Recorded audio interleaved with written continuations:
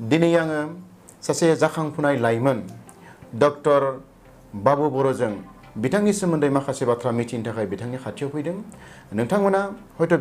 बिथांखौ गोबाङानो सिनाय मोनो, हयथ' गोबाङानो सिनाय मोना। दा बिथाङा आथिखालाव मा खामानि मावनानै दङ, मानि थाखाय बिथांखौ जोङो नैबे जोंनि SM निउसाव मोगा-मोगि लानो गोनां जाखो, हयथ' नोंथांमोना जोंनि नैबे मोगा-मोगि लानायखौ नायोब्ला नोंथांमोना मिथिगोन। गिबियावनो नोंथांखौ जोंनि चेनेलाव बरायग्रोबाय आरो जोंनि खुलुमनायखौ नोंथांनो जोङो जासिबाय। खुलुमबाय। गिबियावनो नोंथांनि जि थं, नोंथांनि जि एड्रेस, बेखौ नोंथाङा जोंनो बे समाव फोरमायगोन नामा? येस, नोंथांनिसिम साबायखर थाबाय। आंनि मुङा डक्टर बाबु बर'। आं एक्सुवेलि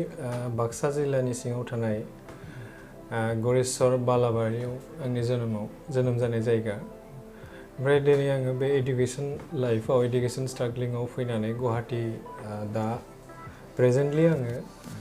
लख्रा जनाखि नगर एरियायाव थायो आरो। गुवाहाटियाव थायो नोंथाङा? औ, गुवाहाटियाव। नोंथाङा गिबियाव माने फरायनाया नोंथाङा माबायदि जागायनाय आरो नोंथाङा बेसेसिम फरायखो? आङो गिबि LP निफ्राय फैनो नाजादों आरो। आङो LP स्कुल ME सिम आङो गरेस्वर बे बालाबारियाव बिहुराम बरकुसुला स्कुल होननाय ME स्कुल दंमोन आरो। बेयाव आङो ME सेक्सन क्लियार खालामदों। ओमफ्राय हाइ स्कुलखौ आङो गरेस्वर हायार सेकेन्डारि स्कुलाव कमप्लिट खालामदों। बेनिफ्राय हाइ स्कुलनिफ्राय आङो साइन्स स्ट्रिमाव लानानै हायार सेकेन्डारियावनो आरो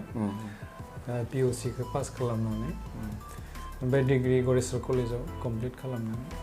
गुवाहाटि इउनिभार्सिटियाव आं 2004 फैनायसै। गुवाहाटि इउनिभार्सिटि कमप्लिट खालामनानै आङो साननायसै आरो लाइफआव गुवाहाटिनिफ्राय थांनानैथ' गरेस्वर एरिया बा जोंनि एरियायाव बै समाव डेभेलप नङामोन आरो। जा समाव जोङो इउनिभार्सिटियाव फैदोंमोन बै समाव BTC एकर्डफ्राबो कमप्लिट जायाखैमोन। अब्लानि समाव बिराद अभाबमोन आरो जों माने सानग'हायै बायदि अभाब माने न'खरनिबो अभाब आरो BTC एरियायावबो इक'नमिकेलि बहुत माबामोन। खिन्थु बे समावनो आं फैनाय आरो। बेनिफ्राय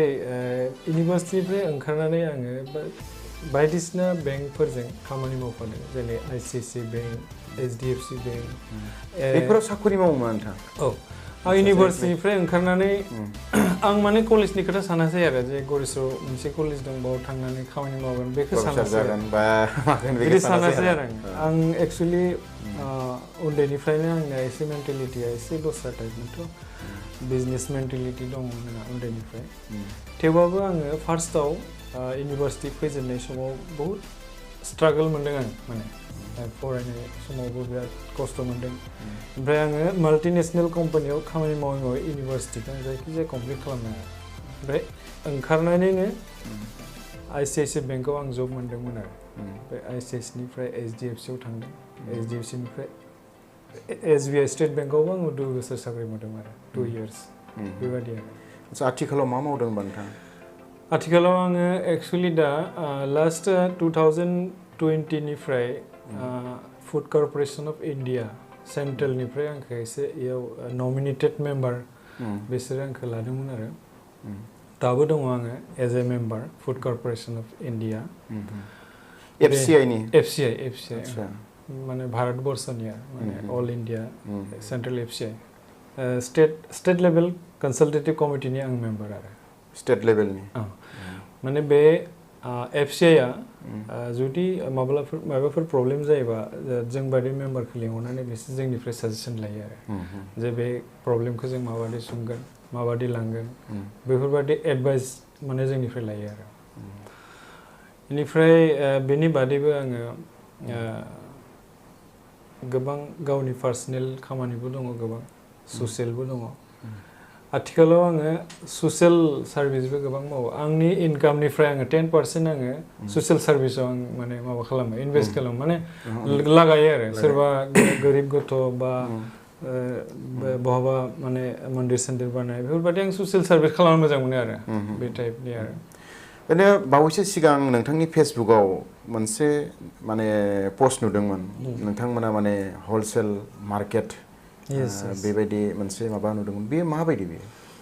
बे बेखौ नोंथांमोनानो जागायदों नामा ना नोंथाङानो जागायदों बेखौ आंनो जागायजेनदों आरो माने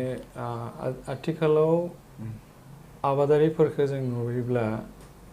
गोबां खस्थ' खालामनाय नुयो आरो खिन्थु बिसोर खस्थ'नि जा फिथाइ मोननांगौ बेखौ मोजां मार्केटखौ मोना आरो ओमफ्राय आङो एसे स्टाडि खालामनानै 2 years 3 years स्टाडि खालामनानै मोनबाय जे बेयाव एक्सुवेलि मार्केटिं मेनेजमेन्ट गैया गुवाहाटियाव बा माने माबाव आरो जोंनि आसामाव माने भेजिटेबल्स आइटेम्सफोराव आरो लानानै जे माबादि बेखौ मार्केटिं खालामनांगौ बेनि एसे मेनेजमेन्ट खममोन आरो ओमफ्राय आं सानबाय जे जोंनि लख्रा एरियायावबो बिराद मोनसे गिदिर मार्केट दं थेवबाबो जों खुलिनो ओमफ्राय जोङो wholesaler vegetables complete wholesaler vegetables जोंनाव मोनो बेयाव जोङो 200निफ्राय 300 जों गला बानायदों बे गलाफ्राव पार्मानेन्ट 2 to 300 बेफारिफोर दं आरो फालांगिरिफोर दङ बर'फोरबो दङ नामा बेयाव बर' सासे सानै दङ फैहांदों ना गोदान ना दासो गोदान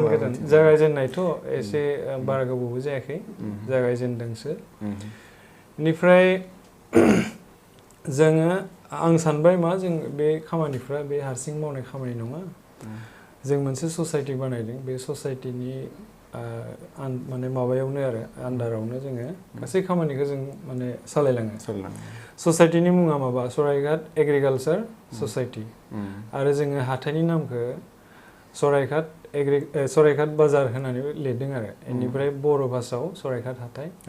आसामिसाव सराइघाट बाजार बर'जोंबो लिरदों औ बर'जों लिरखागोन जों माने आं गाव थाखानायखाय बर'जों लिरखानांगोन आरो गुवाहाटि बायदियाव माने एसामिस माने ओमफ्राय बर' लिरनाय माने बिदि गैया आरो एसे खम आरो बाजारफ्राव आरो बिदि आंनो फार्स्ट बिदि गिदिर बाजाराव आंनो फार्स्ट बर' लेंगुवेजजों लिरजेनदों आरो बे आंनि माने माबायावनो जादों आरो बेफोरो बेबादि आरो बेनि अनगायै मा मावो नोंथाङा दा बेनि अनगायै गोबां खामानि आं अर्गेनाइजेसनफोरजोंबो आं रिलेटेड दङ दा आङो अल इन्डिया ट्राइबेल स्टुडेन्ट एस'सिएसननि आं एज ए अर्गेनाइजिं सेक्रेटारि आं खामानि मावगासिनो दङ आरो जनगोष्ठीय संस्कृति एकमन्च होननाय मोनसे जोङो गासै आसामनि जिमान जनगोष्ठीय पिपोल्स दङ मानसिफोर दङ बर' हारसा बेंगलि बेनिफ्राय जा दं आरो जों गासै जनगोष्ठीफोरखौ ज' जानानै जों माने सावरायो आरो जे माबादि थांनांगो सोरबा मेथाइ खननानैबो संस्कृति बासायनो हायो सोरबा खामानि मावनानैबो संस्कृति बासायनो हायो संस्कृतिया एक्सुवेलि मेथाइ दामनायल' नङा आरो जोंनि मथे खामानियाबो संस्कृति जे बर'फ्रा माबादि मावो राभाफ्रा माबादि मावो बेफोरबायदि जों गासैबो ज' जानानै बे खामानिखौ आसामनि जा प्रब्लेम फैयो बेफोरखौ जोङो सुफुंलांनो नाजाबाय थादों आरो आदसा बावैसो सान सिगां नोंथाङा जि डक्टरेट डिग्रि लाबाय बा बिमुं मोनबाय बियो माबायदि माने फिल्डआव बा माबायदि बियो माने नोंथाङा बे डक्टरेट माने बिमुंखौ मोनखो एक्सुवेलि आङो उन्दैनिफ्रायनो एसे सिमां दङमोन आरो मोनसे मोजां खामानि मावलांनाय मानसिफोरनि थाखाय गोरिबफोरनि थाखाय आं बांसिन गोरिबफोरनि खोथा साननानैनो खामानियाव आवगायो बेखायनो आङो दिनैसिम आं साख्रि मावाखै मानो होनब्ला साख्रि मावबा एक्सट्रा मानसिफोरखौ हेल्प खालामनो हाया मोनसेल' फिल्डजों थं थांनो गोनां जायो आरो गावनि जानायनिल' खोथा सिन्था खालामनो गोनां जायो बेनिखायनो आङो स्किलिंनि सायाव आं गोबां सानोमोन सिगांनिफ्रायनो दा बेनिफ्राय आङो बे बेंगलुरु भारत भार्चुवेल इउनिभारसिटिनिफ्राय आङो social welfare and skill development in north east मोनसे आं फिसा थेसिस साबमिट खालामदोंमोन आरो पइन्ट टु द पइन्ट बिसोरो आंनो ओमफ्राय बे पिएइचडि डिग्रिखौ हरदोंमन आरो बिदि आं बिदि मोननो हादों आरो डक्टरेट डिग्रि मोननो हादों आरो माबायदि फिल जादों बेखौ मोननानै बेथ' लाइफआव इडुकेसन लाइफनि मोनसे लास्ट स्टेज होननानै जों सानो आरो डक्टरेट डिग्रि मोननायखौ आं माने ओरैबायदि फिल खालामदों बे समाव आं माने बुंनो हाया आरो बिराद मोजां फिल खालामदों आरो लाइफआव आङो सानदों आरो आंनि फरायनाया एसे साक्सेस जाबाय बिदि होननानै सानदों आरो आं स्किलनि सायाव बेनिखायनो स्टाडि खालामबाय थादों जोंनि लाइमोनफ्रा स्किलिं जानांसिगोन स्किलिं जायाबा दा जेबो बिदि माबा गैथ'लिया खारन आजिखालि सब मानसिफोरा प्रडाक्टिभ जानांगौ औ साख्रि बाख्रिखौ माने आसा खालामनाया माने बारा माने उचित नङा बायदि जादों दा साख्रि बाख्रिखौ एक्चुअली आंनि बादिब्ला साख्रि बाख्रिखौ एसे सेकेन्ड अपसनाव लाखिनांगौ मानसिया आं सानो जा मानसिनाव बारा नलेज आरो साहस गैया बे मानसिया साख्रि मावो होननानै आं सानो बिजनेसाव एक्चुअली बिराद नलेज आरो साहस नांगौ साहस थायोब्लासो बिजनेस खालामनो हायो आरो आंनिया बेनिखायनो आं स्किलिं खालामनो नाजादों जोंनि लाइमोनफोरखौबो बे टाइपनि आरो स्पेसियेलि माने बर' लाइमोनफोरखौ नोंथाङा मा बुंनो सानो आंथ' बर' लाइमोनफोरनि थाखाय गोबां खोथा साननानै दङ जुदि आं स्कप मोनोबा आं मा मावनो लुबैयो जेनेबा आं बर' आइजोफोरखौ लानानै सेंग्राफोरखौ लानानै बा लाइमोनफोरखौ लानानै आङो 2015आवनो मोनसे प्रजेक्ट बानायदोंमोन आं लाइमोन बेनिफ्राय आइजोफोरखौ लानानै गासैनि थाखाय आं मोनसे प्रजेक्ट बानायदोंमोन स्पेसियेलि फर बिटिसि एरियानि थाखाय बे प्रजेक्टआमोन आंना हेपि ग्रीन फार्मार प्रजेक्ट होननाय बे प्रजेक्टखौ आं स्पेसियेलि बानायदोंमोन आरो बाव 2000 to 4000 एमप्लयमेन्ट जेनेरेट जागोन होननानै आं सानदोंमोन बे प्रजेक्टआनो जाहैबाय मा फ्रि अफ कस्ट रायजोफोरनो माइ गायनो हानाय मोनसे प्रजेक्टमोन बे आंनि फ्रि अफ कस्ट जुदि गभर्नमेन्टआ आंजों हेल्प खालामोबा जोङो रायजोफोरनो फ्रि अफ कस्ट माइ गायना होनो हायो आरो बे फ्रि अफ कस्ट खालामनाय खामानियाव गोबां सेंग्रा सिख्लाफोरा इनभल्भ जानो हागोन आरो बे खामानियाव आरो बेबादिनो आं माने सानदोंमोन आरो आथिखालाव मा सानदों जेनेबा आइजोफोरखौ लानानै हमना ला आथिखालाव आं सानदों जिहेतु आंना बे सराइघाट बाजारखौ आं खुलिबाय बेयाव आं आथिखालाव सानदों जोंनि बाक्सा डिस्ट्रिक्टआव गरेस्वर एरियायाव 200 to 400 सेल्फ हेल्प ग्रुपखौ लानानै आङो मोनसे पार्टिकुलार आबादनि सायाव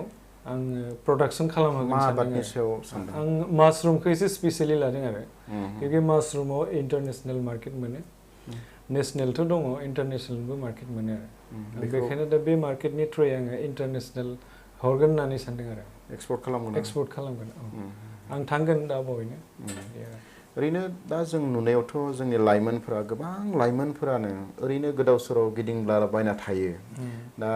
बेखौ नुनानै हयथ' नोंथांनि गोसोआव एसे गिखांनाय बा बिदि समखिनाय बा माबा मोनसे एडभाइस बेबायदि होनो लुबैयो नङा होमबा दा बे समाव नोंथाङा बे लाइमोनफोरखौ मा एडभाइस होनो लुबैयो आंथ' जों जा समाव फैदोंमोन बे समावथ' जेबो खामानिनि सर्सबो गैयामोन आथिखालावथ' जोंना बिटिसि गभर्नमेन्ट दङ गोबां सर्स दङ थेवबाबो आङो मालाबा गामिफ्राव बेरायहैबा नुयो आरो जे दाबो जोंनि मानसिफोरा जोंनि सेंग्राफ्रा लाइमोनफ्रा दंफां सिं सिङाव जिरायनानै खोथा रायज्लायनाय दाबो नुयो आङो बेखौ नुनानै आं मालाबा गिखांनाय मोनो आरो जे दाथ' बिदि थानायनि सम नंला खामानि मावनांगौ प्रडाक्टिभ जानांगौ आरो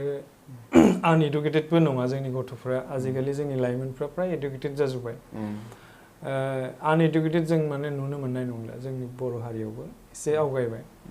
बेनिखायनो आं बुंनो सानो जे जुदिहे बिटिसि एरियायाव जेबो खामानि ओंखाराखैबा बाहेरायाव फैनानै गुवाहाटि बा दस्रा जायगायाव फैनानै खामानिनि सुलुं लानो हायो आरो बेनि थाखाय आं सानफ्रोमबो आंनाव जुदि सोंहरोबा आंनाव जुदि बुंहरोबा आं इसोरखौ माने हेल्प खालामनो हागोन आरो दा बावैसो आङो बेंगलराव थानाय मिसिं स्टुडेन्ट इउनियना आंखौ एज ए माने स्पिच गेस्ट अफ अनार लिंहरदोंमोन स्पिचनि थाखाय बाव थांनानै नुहैबाय आङो बेंगलराव 7000 पपुलेसन दङ माबा मिसिं आसरित माने सानग' हाया माने मिसिं पपुलेसन 7000 दं बाव बेंगलराव आं थांनानै नुहैबाय बिराद गोजोननाय मोन्दों आरो आं आसामनिफ्राय बिदि मोनसे जाथिया 7000 बाव थांनानै दंहैयो मानो होनबा बिथांमोना बिभिन्न फिल्डआव दं थारमाने बिभिन्न फिल्डआव दङ सोरबा सार्भिस मावदों सोरबा स्टुडेन्ट सफ्टवेयर इन्जिनियारफोरबो दङ बेवहाय सफ्टवेयर इन्जिनियार एकाउन्टेन्सि MBA सब दं माने बेनिफ्राय सोरबा सिकिउरिटि कम्पानिबो बानायदों जायखिजाया फिसा गिदिर हटेल मेनेजमेन्ट फिसानिफ्राय गिदिर खामानिसिम आरो बेफोरबायदि बाहेरायाव थांनानै बिसोर गावसोरनि माने जिउखौ दालांदों आरो बिराद मोजां जादों आरो बिराद साक्सेसफुल बिदि दा आं जोंनि गथ'फोरखौ जोंनि लाइमोनफोरखौबो आं साजेस्ट होनो नाजायो आरो न'आव बिदि गोदाव सोराव थायालाबासिनो एसे गावनि माने माबाखौ गावनि केपेबिलिटिखौ एसे बाहायनानै मोजां खामानियाव बाहायबा मोजां जागोन होननानै आं सानो आरो दा ओरैनो नोंथाङा कालसार लाइनआव माबाफोर खामानि मावनो गोसो नामा बर'फोरनि बेबायदि कालसार जोंनि माबा जौगानो थाखाय एक्सुवेलि आङो कालसारनि सायाव जिहेथु आङो कालसारखौ मोजां मोनखानाय आं मानसि सिगांबो आङो कलेज लाइफआव थानायावबो मोनसे फिल्म बानायनायाव आं एसे खामानि मावदोंमोन आरो सिनेमा बानायनायाव एज ए साइड रलबो खामानि मावदोंमोन बे हिसाबै आङो कालसारखौ आगोलनिफ्रायनो मोजां मोनो आङो दा बावैसो आंनि न'आव मोनसे सिरियालाव आंबो दंमोन आरो आसामिस सिरियाल बेयावबो आं एसे माबा खालामदोंमोन खिन्थु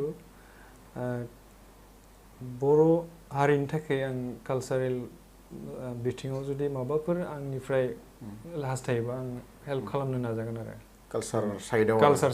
दा हयथ' नोंथांमोना मिथिदों डक्टर बाबु बर'आ जे जोंनि बर' हारिनि सोरबाफोर माने कालसार लाइनाव जुदि माबाफोर खामानि मावनो गोसो दङब्ला माने बिथांमोनखौ हेल्प खालामनो थाखाय बिथाङा रेडि होननानै बुंदों दा बे समाव आं नोंथांखौ आरोबाव मोनसे सोंथि सोंनो नागिरदों दे बर'फोरनि गेजेराव दायो पलिटिकेलखौ लानानै माने गुलाय गुजाय बियो बिखौ सोंखारिलायनाय बियो बिखौ माने सोंखारिलायनाय बाथ्राफ्रा नंगौ नङा बेसेबां बेखौ माने गोथौसिन सानाब्लासिनो जानला मानला बाथ्रा बुंनायखौ नुयो दा बे समाव पलिटिकेल पार्टिनि बैबायदि बाथ्रा बुंग्रा बिथांमोनखौ नोंथाङा नैबे समाव माबाफोर खावलायनो लुबैयो नामा आं एज ए बर' फिसा एज ए बर' जाथि आं नुयो मालाबा माबाफोराव फेसबुक बा निउस बेफोराव आं नुगासिनो थायो सोंखारिलायनाय आरो गावजों गावनो आं एसे दुखु खालामो आरो जिहेथु एज ए बर' जों गासैबो ज' जानांगौ आरो जा बादियानो जा जिखुनु पार्टियानो जों बर' जातियानो आरो बयबो बर' जाति खिन्थु आंनि मोनसे खावलायनाय आरो जों जुदि बयबो जुदि जानानै जुदि खामानि मावोबा जोंखौ माने जेबो खालामनो हानाय नङा बेजों दस्रा सोंखारिलायबाय थानाङा गाव जा मावदों मावलांबाय थानांगौ बिदि नङा आरो सासेया सासेखौ रायनानै मालाबाबो गोजौआव थांनो हाया सासेया सासेखौ एडभाइस होबासो जों गोजौआव थांनो हागोन आरो आंनि मोनसे साजेसन आरो बेनिखायनो जाय जेरावनो थाया मानोथों गासिबो ज' गोरोबनानै थानांगौ आरो जों एज ए जाति हिसाबै आं बेखौनो खावलायो आरो नोंथाङा ओरैनो आजिरि टाइमाव मा खालामनानै मोजां मोनो आजिरि टाइमाव आङो फेमिलिनो एसे टाइम होयो आरो न'खराव एसे टाइम होयो आं मालाबा आंथ' माने फ्राय 18 आवार्स जों खामानियावनो थायो हराव उन्दुनायल' समाव जोङो न'आव फैयो नालाय मालाबा जुदि आं बायसान्स जुदि सम मोनोबा आङो फेमिलिखौ लाना एसे बेरायो आरो बेरायनानै एसे बिसोरनि गोसोआवबो एसे गोजोननाय लाबोयो आरो नङाबा एसे प्रब्लेम जायो आरो दा जिहेथु नोंथाङा नैबे गुवाहाटि सिटियाव दंफैयो आरो गुवाहाटियाव जिहेतु इस्टाब्लिश जाबाय नोंथाङाथ' न'बो खाबाय नङा होमबा औ आं न'खौथ' खाबायानो आरो थानो हानाय हिसाबै गथ'फोरा गथ' सासे आंनो सानै गथ' हौवासा गोजा सासेया 10 years रानिं 4th क्लासाव फरायबाय थादों बे क्लास 4 बे उन्दैयासो दासो माने माबा 7 month रानिं बिदि उनाव माबाफोर गिदिर सिमां दं नामा राजखान्थि लाइन बा इक'नमिक बा जिखुनु माबा मोनसे फिल्डआव माबाफोर सिमां दं नामा बा जिहेतु नोंथाङा बाक्सा जिल्लानि सिङाव थानाय माने गरेस्वरनिफ्राय फैदों गरेस्वरनि रायजो राजानि थाखाय नोंथाङा भबिष्यतआव माबाफोर खामानि मावनो गोसो दङ नामा बिदि सिमांनि खोथा नङा आं एसे माने सिटुवेसनफोरखौ सामलायनो नाजादों आरो माने गोरिबफोरखौ फोजोबनांगौ गोरिब थानाङा जोंनि बाक्सा डिस्ट्रिक्टआव एज ए